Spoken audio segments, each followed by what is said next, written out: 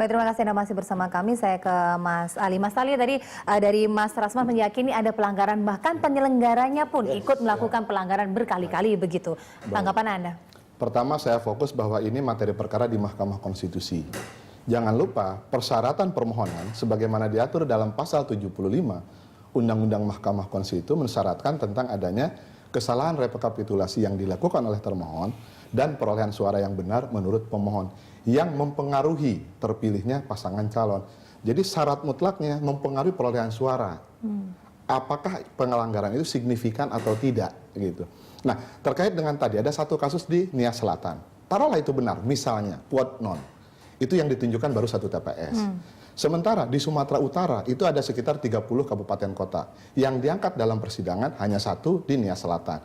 Di Sumatera itu tidak ada saksinya, hanya di Sumatera Selatan di Nia Selatan. Di Sumatera Utara di Nia Selatan. Kemudian di Kalimantan hanya 2 orang saksi dari Kalimantan Tengah dan Kalimantan Selatan. Di Sulawesi hanya ada saksi dari Sulawesi Utara, Sulawesi Selatan. Yang kasusnya itu sangat kasuistik, sporadis, tidak tersistematis. Dengan demikian ini tidak menunjukkan signifikansi terhadap perolehan suara.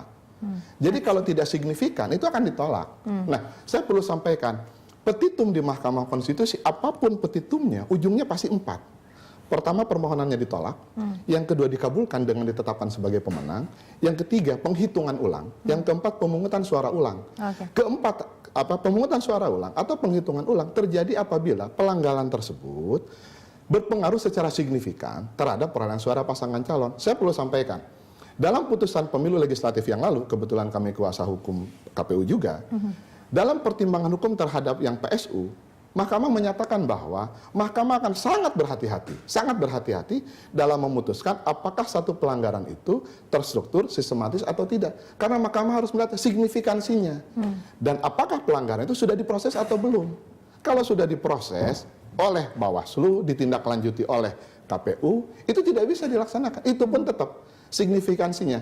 Nah sekarang kalau bicara signifikansi, perbedaan perolehan suara antara tim nomor 1 dan nomor 2 sekitar 8,4 juta. Nah sekarang ketika ada satu pelanggaran terjadi di suatu daerah, apakah itu signifikan terhadap perolehan suara tersebut? Kalau tidak bisa. Sepertinya sudah tidak sabar untuk menanggapi. Mas Rasman. Ini sangat berbahaya. Statement-statement yang begini yang paling berbahaya dari Republik ini. Jadi jangan lupa one man, one vote, one value. Satu orang, satu suara, satu nilai.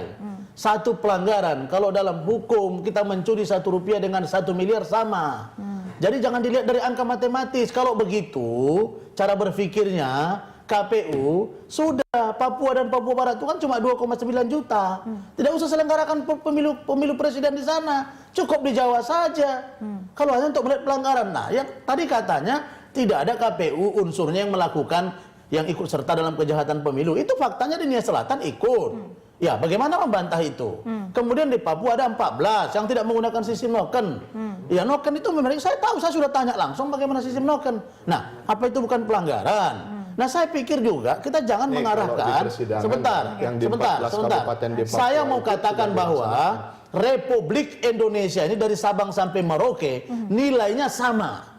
Hukum itu berlaku equal. Jangan arahkan MK itu hanya untuk memutuskan hal yang tidak signifikan atau signifikan.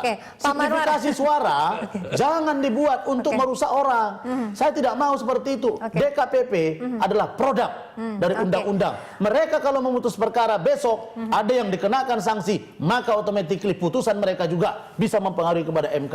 Pak Marwarar. Ya, jadi kalau kita mendengarkan apa arah daripada pemohon ini, tampaknya dia akan menggiring kepada suatu hal, rasa persatuan itu benar, tetapi kita bisa melihat atau membatasi. Kalau yang dikatakan di Papua, ya kita tadi sudah mengemukakan, mengukur dia dari batu uji proporsionalitas itu, apakah memang juga pelanggaran yang di Papua itu bisa menafikan semua hasil yang di Papua. Karena apa yang disebutkan oleh Pak Rasman itu bisa jadi juga merupakan hal yang diklaim oleh pihak terkait bahwa dia dirugikan dengan beberapa peristiwa atau penyelenggaraan yang berlangsung di tempat, di lokasi di mana dia keberatan.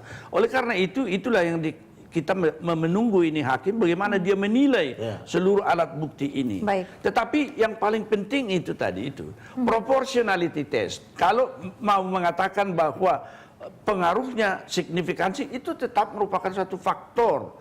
Oleh karena bagaimanapun juga kehati-hatian untuk menyatakan suatu peristiwa besar seperti ini yang menentukan nasib bangsa, hakim harus melihat proporsionalkah untuk menyatakan karena ini ada lantas ini kita nafikan. Itu harus betul-betul pertimbangan yang cukup jujur dari para hakim dalam menilai alat bukti. Oleh karena itu, ya kita tidak boleh terbawa emosi dalam hal ini. Oke, baik. Saya ke Mas Rasman lagi.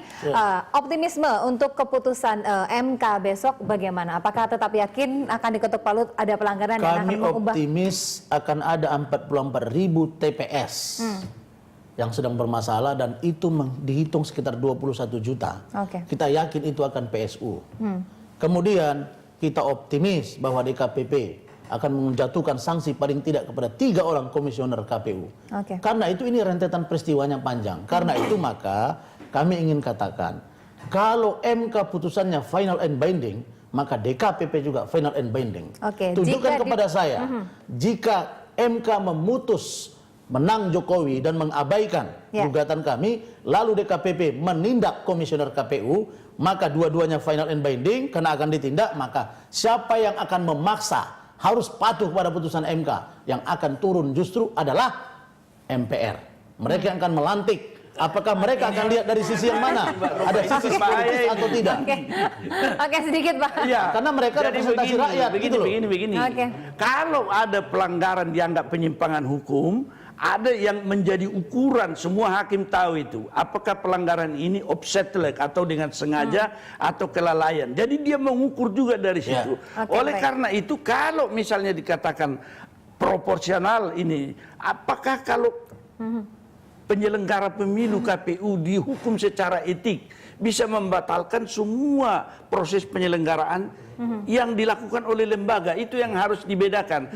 Boleh dia ditindak karena etik adalah untuk perilaku, untuk individu daripada kelompok itu, tetapi bukan untuk penyelenggaraan keseluruhan. Ini yang selalu saya katakan proportionality test. Proportionality test. DPR sedang buat pansus. Hati-hati ya. Sudah.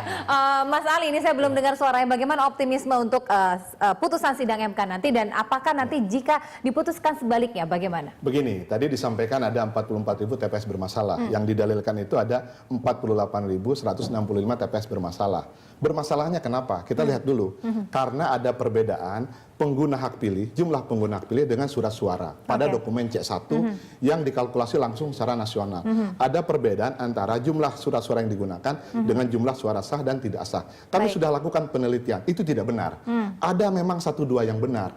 Akan tetapi ini tidak, kenapa? Karena memang kalau C1 dimungkinkan ada kesalahan dan itu sudah terkoreksi pada dokumen D1 yang kami ajukan sebagai bukti. Jadi pada proses optimis rekapitulasi sudah ada. Dan terhadap putusan Mahkamah Konstitusi, pertama kami serahkan sepenuhnya kepada Mahkamah.